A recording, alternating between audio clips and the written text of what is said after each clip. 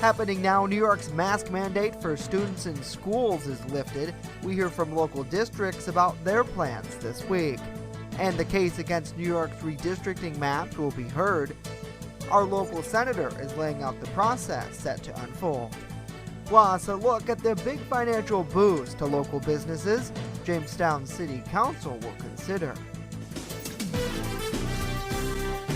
Live and on demand, this is WNY News Now. And thank you for joining us for WNY News Now. I'm Justin Gould. Our latest local news is coming up, but first let's get a check of our weather forecast on this last day of February. Chief Forecaster Dakota Hunter standing by with that, and sun-wise, Dakota, it's feeling like spring when you're standing in it. Yes, we've got that spring feeling with the sunshine today, but it's still going to be a cold day out there. We had some snow over the weekend. The totals were really insignificant here. The most we found was 1.7 inches in Ishway, that's in the hills of Cack County, 1.5 in Gary, 1.2 inches here in town. In Kennedy, only 0.02 of an inch of snow throughout the weekend, and the radar is dry. It's going to remain this way through the day today, but we've got some more precipitation on the way as we head through the week. 29 was the high yesterday, so it was a cold day, but it was breezy as well, so it made it feel a lot colder. 12 is where we started the day. 62 and 13 below are the record highs and lows. So through the afternoon, a good amount of sunshine for this last day of February, but clouds are going to be arriving later in the day. Still chilly, 26 to 32, but at least the winds will be light. Now the winds kick up once again tomorrow. Temperatures rise overnight. We're back into the 40s. Then it's kind of up and down as we go through the week. We'll tell you about it with that Ultimate Satellite Solution 7-day forecast later on in the show, Justin. All right, Dakota, we'll see you back in just a bit. Chautauqua County will not continue the mask mandate for schools once it expires on Wednesday. That's according to Chautauqua County Executive P.J. Wendell, who in a statement says although the state's requirement will be lifted, the governor has indicated that counties and cities may still continue to require masks in schools, something he will not be doing. Wendell has been a longtime vocal opponent to masking in schools. Governor Kathy Hochul announced on Sunday the statewide mask requirement in schools will be lifted starting Wednesday. The announcement makes it optional for students, teachers, and school staff to continue to wear masks. The notice also includes children ages 2 and older in child care facilities. The statewide mask requirement is still in effect for state-regulated healthcare settings, state-regulated adult care facilities and nursing homes, correctional facilities, homeless shelters, domestic violence shelters, and modes of public transportation. Given the decline in our rates, our hospitalization, strong vaccination rates, and the CDC guidance, my friends, the day has come. Today we are going to be announcing that we'll be lifting the statewide mask requirement in schools, and that'll be effective this Wednesday, March 2nd. Now, as for local districts, many like Jamestown Public Schools plan to lift masking requirements, however, are still waiting for further guidance from the county health department about quarantine, isolation, and social distancing. The legal case against New York State's redistricting maps will be heard in court this week. However, as WNY News Now's Julia Gress reports, State Senator George Borrello does not believe it will go far, and the maps will need to be redrawn. I feel confident that the gerrymandering was so egregious that they will indeed, that the judges will find that they clearly violated the New York State Constitution, which called for independent redistricting.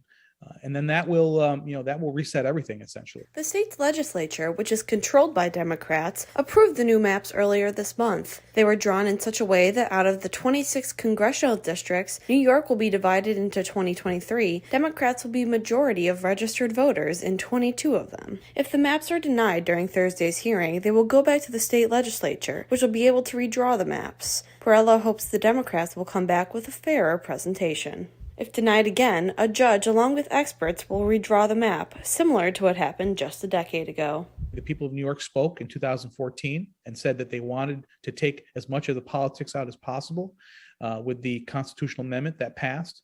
And then they spoke again just this past November when they rejected the propositions that were on the ballot to try to essentially give the Democrats the ability to legitimize and legalize gerrymandering and tampering with our elections. Senator Borrello continues that the independent redistricting process was meant to be fair and bipartisan, but when Democrats took control, they set out to rig the process. He also says that left-leaning groups such as the League of Women Voters and Common Cause agree that the potential new map could be considered as gerrymandering. It undermines people's faith in the system, their confidence that their representatives are truly, people that should be representing them, that they want. It undermines people's confidence in elections, quite frankly. Right now, New Yorkers and Americans in general lack confidence that our elections are fair. Julia Gress, WNY News Now. Julia, thank you. The senator says under the new maps, his district would now include 8 towns from Erie County and the entirety of Wyoming County. Borrello feels that his past engagement and accessibility as a state senator will allow him to continue serving the area come election season, even if the districts are redrawn. And the presumptive Republican nominee for New York governor has been endorsed by the Senate Conservative Party. Congressman Lee Zeldin and his running mate candidate for Lieutenant Governor Addison Esposito was nominated during the party's convention in Westchester County this weekend. In a statement, Zeldin says that the current Conservative Party leadership understands that this election is bigger than any one in the fight for the future of New York, a fight to restore New York. Zeldin, born and raised on Long Island, served in the U.S. Army before entering politics in 2008. He represented New Yorkers in the state Senate and United States Congress, where he currently serves. Leaders in Jamestown are slated to move forward with rolling out new programs to help further economic development in the community. The city's council is scheduled to vote on several resolutions that would authorize the first round of assistance from American Rescue Plan Act funding. Specifically, the mayor's office through the Department of Development are looking to launch programs to help with manufacturing, restaurant, and professional service industries recover. Officials have had several roundtable discussions over the past several months in an effort to identify areas of need. If the council okays the request, nearly $4 million in funding in grants is slated to be available. In total, the city received $28 million from Washington, D.C., with $10 million proposed to help with economic development. As WNY News Now continues this half hour, we're breaking down a new grant that now aims to improve mental health treatment here in Jamestown. And later, what a new study about breast cancer has to say about us in New York. Stay with us. WNY News Now. We'll be right back.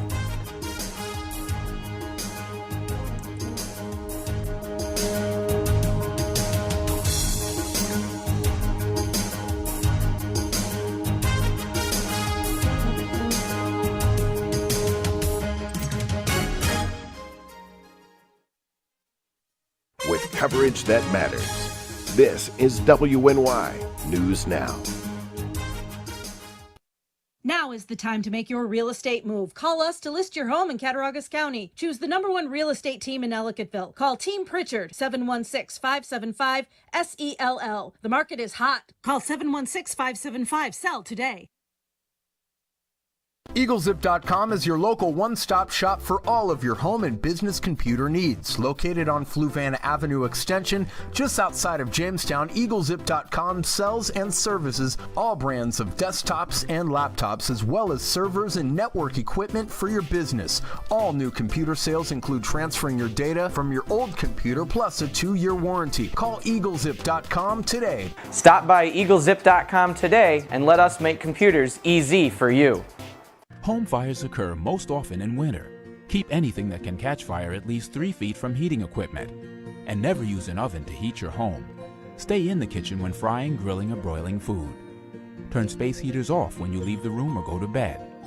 Make sure all vents are clear of snow and ice to allow carbon monoxide to vent outside. Have your furnace, heating system, and chimneys serviced each year by a qualified professional. Learn more at www.usfa.fema.gov. Brought to you by the Chautauqua Safety Village and the Jamestown Fire Department. Welcome to Honest John's Pizzeria, where you are the most important customer. Everything from freshly made subs to the best of pizza and wings, Honest John's has it all. And don't forget the ice cream! Order online today or check out our 2 great locations with buffets ready for every appetite. Don't I have the best job in the world?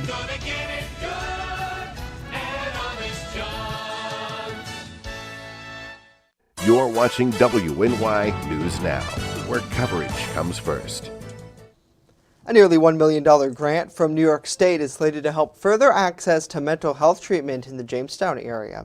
City of Jamestown leaders say the more than $922,000 grant from the Housing Trust Fund Corporation and Office of Community Renewal will be broken down and distributed to 3 local agencies: the Chautauqua Center, Strong Start Chautauqua, and the Chautauqua Health Network. The 3 groups, local leaders report, will distribute the funding to help with mental health treatment in various ways. At the Chautauqua Center, funding will be used to construct a specialized behavioral health suite within their established center. The project will increase the capacity of the Chautauqua Center to provide access to behavioral treatment by 50%. As for those with Strong Start Chautauqua, officials plan to use the money to address adverse childhood experiences like toxic stressors and substance misuse that they say have been exacerbated by the pandemic. City leaders say the plan to use the funding within the Chautauqua Health Network will be announced at a later date and time.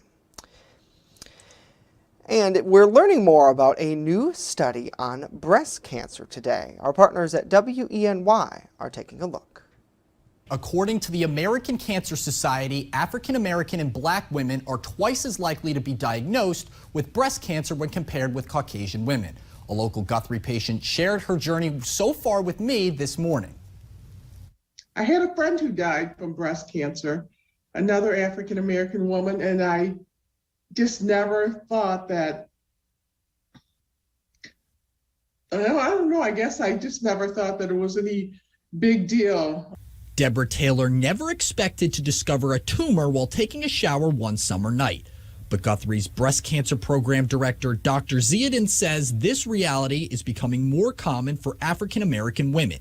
He highlighted the discrepancy in stage at diagnosis, with 57% of Black women being diagnosed at early stages, but over 2/3 of white women being diagnosed during the same stages. There are some aggressive types of breast cancer, such as triple-negative breast cancer or inflammatory breast cancer, which seem to occur at higher rates in Black women than in white women. That we don't have a clear explanation for why at this point. Dr. Ziadin believes part of the problem could be healthcare accessibility for African American patients. He encourages those in need of treatment to seek out programs that can help provide support as they navigate the system. There are programs to provide funding for mammograms. Usually social workers and healthcare systems have knowledge of these programs, and potentially that these programs could improve access to healthcare. And Deborah is still undergoing her breast cancer treatment today. She told me she's now preparing for radiation treatment next month. Sam Shapiro with our partner at WNY. Sam, thank you. And as the nation faces conflict abroad, rising costs, and inflation, some good news from the Pennsylvania Department of Health. On Friday, the CDC released new recommendations to reflect the latest COVID trends based on more local hospital capacity and less on positive test results. Just a few hours before that announcement, PA's acting health secretary said the Commonwealth is ready to transition towards an endemic phase. At the height of the pandemic, the Commonwealth was seeing about 33,000 cases a day. That hasn't been the case in recent weeks. The health director says the Commonwealth is ready to move beyond the current phase of the pandemic to continued vaccines and a strong public health infrastructure. We're very happy to see cases decreasing, hospitalizations and mortality decreasing too. The fight against COVID-19, she says, we're not completely out of the woods yet. The Department of Health will continue to closely monitor trends and focus on prevention. President Biden has made his decision for the U.S. Supreme Court nominee, and if confirmed, she'll become the first Black woman to serve on the nation's highest court. So what does this historic nomination mean to members of the Black community here locally? And how will this decision impact our nation? Erie News Now's Kristen Allen reports. I am truly humbled by the extraordinary honor of this nomination. President Biden's pick for the U.S. Supreme Court, federal appellate judge Ketanji Brown Jackson. The decision making history as the first Black woman to be nominated to the country's highest court. It's about time, and I'm really excited and proud. Host of Chatting with Sonia and Friends, Sonia Baez, didn't see a lot of people who looked like her in government at all when she was growing up. So she says Friday's nomination is not only a game changer for her, but for women of color everywhere. For so long, we felt unseen, unheard, ignored, looked over. So today, hopefully that'll change some of that because she is deserving. She is, by all accounts, a stellar candidate for the job. She has checked all of the boxes throughout her career and seems to have an impeccable record. Dr. Joe Morris, senior political analyst at Mercyhurst University, says Jackson is likely to be confirmed to the Supreme Court, not only because of her record, but because of the Democratic majority in the U.S. Senate. There's no doubt there's going to be a challenge that's mounted. People are going to oppose her nomination, and we're going to have to kind of see how that plays out. Regardless, Baez says this is a huge step forward for Black women in America, and hopefully Ketanji Brown Jackson is just the first of many Black women to sit on the country's highest bench. Things are moving, I feel, in the right direction. It's been a slow go, but it's starting to happen. Kristen Allen, Erie News Now. Kristen, thank you. Coming up, the latest in the Ukrainian-Russian conflict, how that war abroad is impacting us here at home.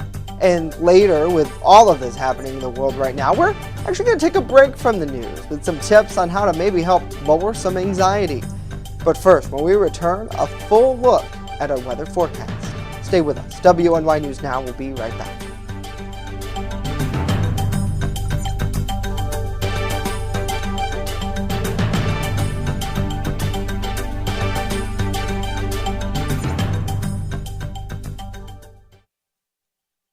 You're watching WNY News Now, your source for breaking news. This winter, let New York State take your breath away.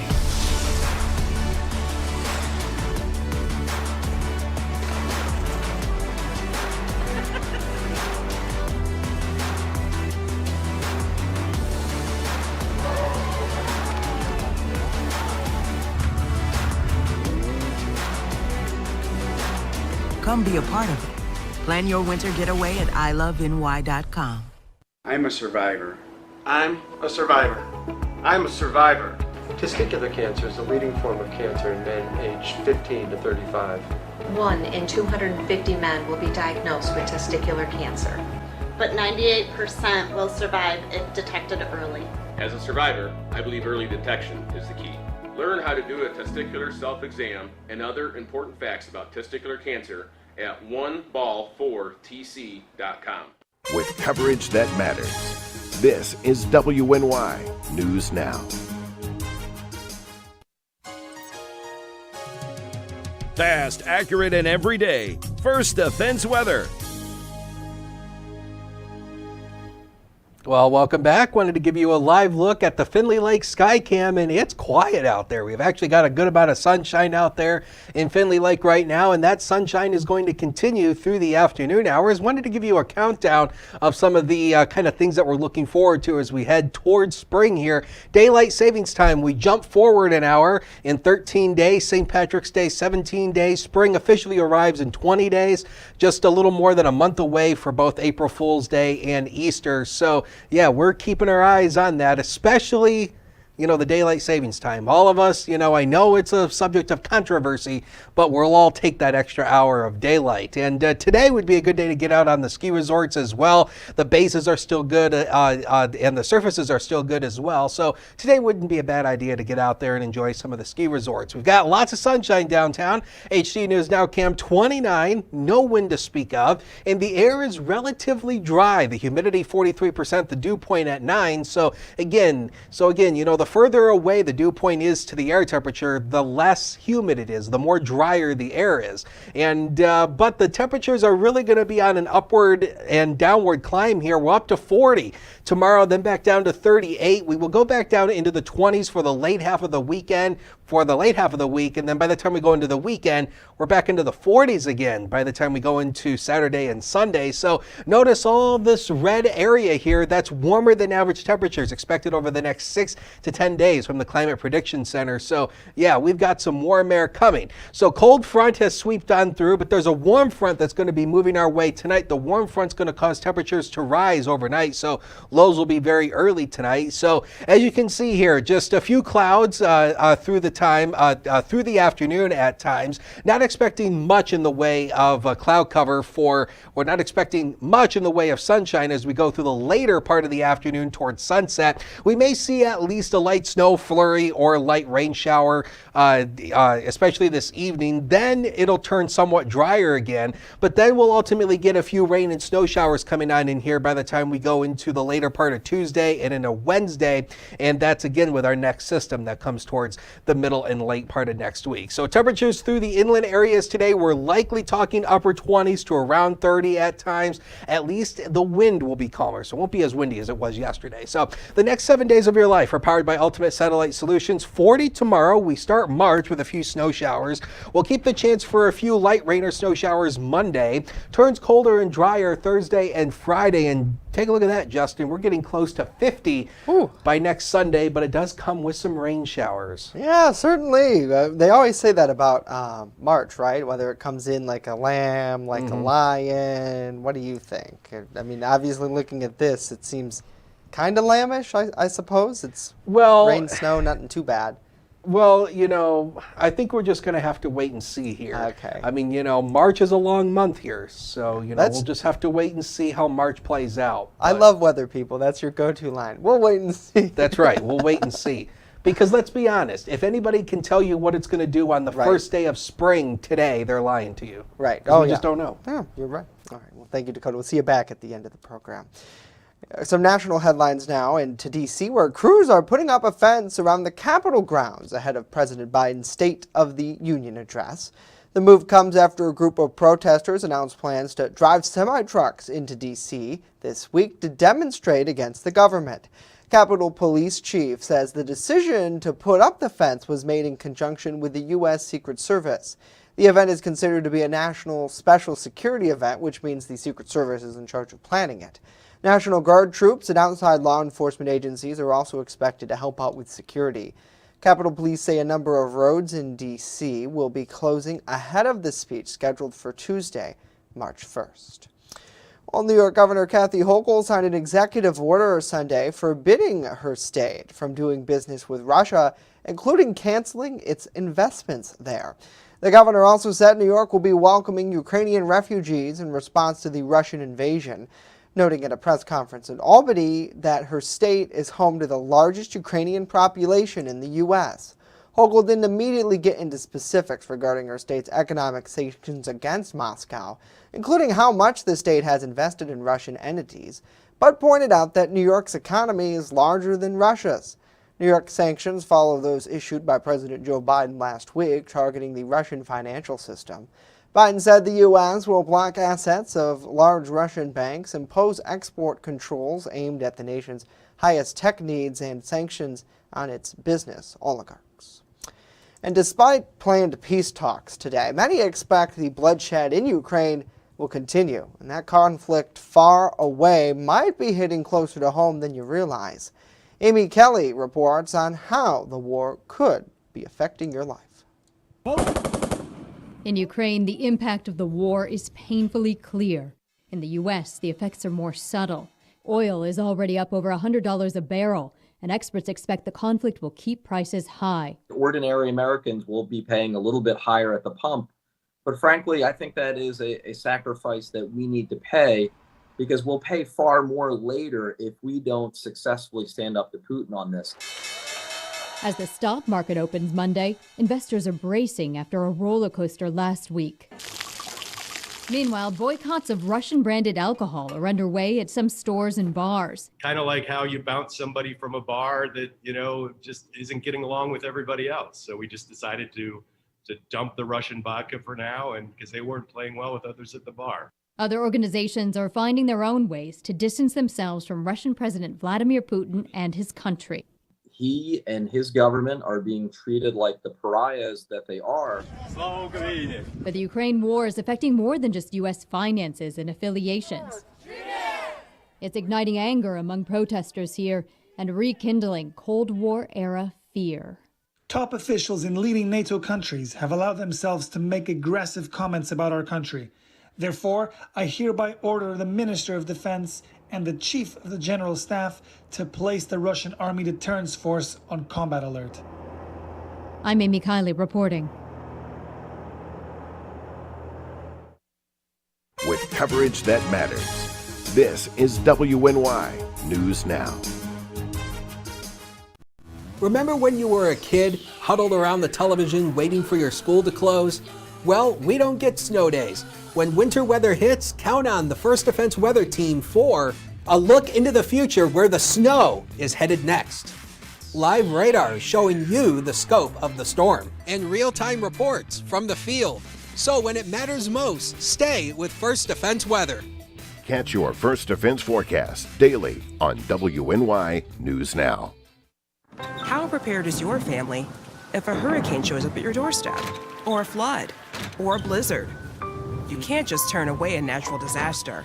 That's why it's important to go to ready.gov/plan now. It has the tools and tips you need to make an emergency plan with your family. So if disaster comes knocking, let's go. You'll be ready to help keep your family safe. It's just a pizza. Yes. Make a plan today.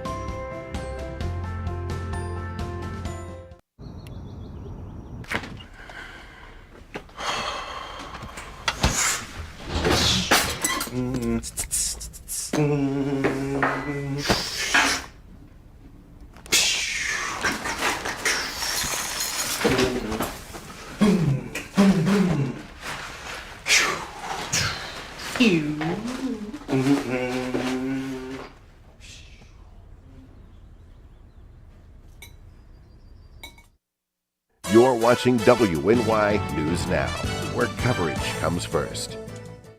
Well, with so much going on in Europe and here at home, it's easy for headline anxiety to creep up and make us feel stressed and overwhelmed. In today's Health Minute, Mary Maloney with some tips on how to help reduce stress and worry less. Anxiety awakened. With jarring headlines of war abroad and inflation here at home, you may be feeling more anxious and overwhelmed than usual. Many people are stressed out. Many people are feeling anxious, and you're not alone. The less alone we feel, the less intense those emotions can feel. Life coach and health expert Stephanie Manzor has these 3 tips to help you reduce that heightened anxiety and worry less. Number 1, use your senses and sniff your way to serenity. You can either spritz your favorite perfume, or you can use cologne, you can light a candle, you can use essential oils, whatever you can smell that makes you feel relaxed and a little bit more at ease. Number 2, when there's a lot going on that's outside of your control or too many thoughts in your mind, Manzor suggests you pause and sip on something warm, like hot tea. Now, why hot tea? Well, when something is hot, we have to slow down. We have to calm down in order to slowly drink the hot beverage. And number 3, turn to your breath. Try this simple breathing technique that will help you release stress. Breathe in for 4 counts, hold at the top for 4 counts, and slowly breathe out for another 4 counts. This is going to help your nervous system get more settled and feel more relaxed. For today's Health Minute, I'm Mary Maloney. All right, Mary, thank you. And remember that there are always going to be stressors and triggers around us. Experts say instead of focusing on eliminating the source for the stress, it's good to focus on managing your emotions and mindset about the situation. Certainly great advice for so many people. And it is hard. You know, we've coming off of a global pandemic. I know, Dakota, we talked at length during the height of the COVID shutdown where we were worried about if we could get toilet paper and food, and there were all these issues, and it still continues today, not in that sense, but in the sense of there's always going to be a stressor out there. So it's good to find some time for you and take care of yourself. So. Yeah, I mean, anything you can do to make yourself feel relaxed. Take a nice warm shower or a bath, or maybe, a bath would be great, like bubble bath. Fill the tub, put some bubble bath in there. I love baths, And the thing is, you really should unplug from that, where you're not Don't take your phone into the Facebook. bathroom. Right. And create one of those wood table things that goes over your tub. And No. Don't do your work, your homework, your work from home. No, don't. Well, that's going to do it for us today. Of course, News 24/7 at WNYNewsNow.com. We'll see you back here tomorrow, live at noon. Have a great day.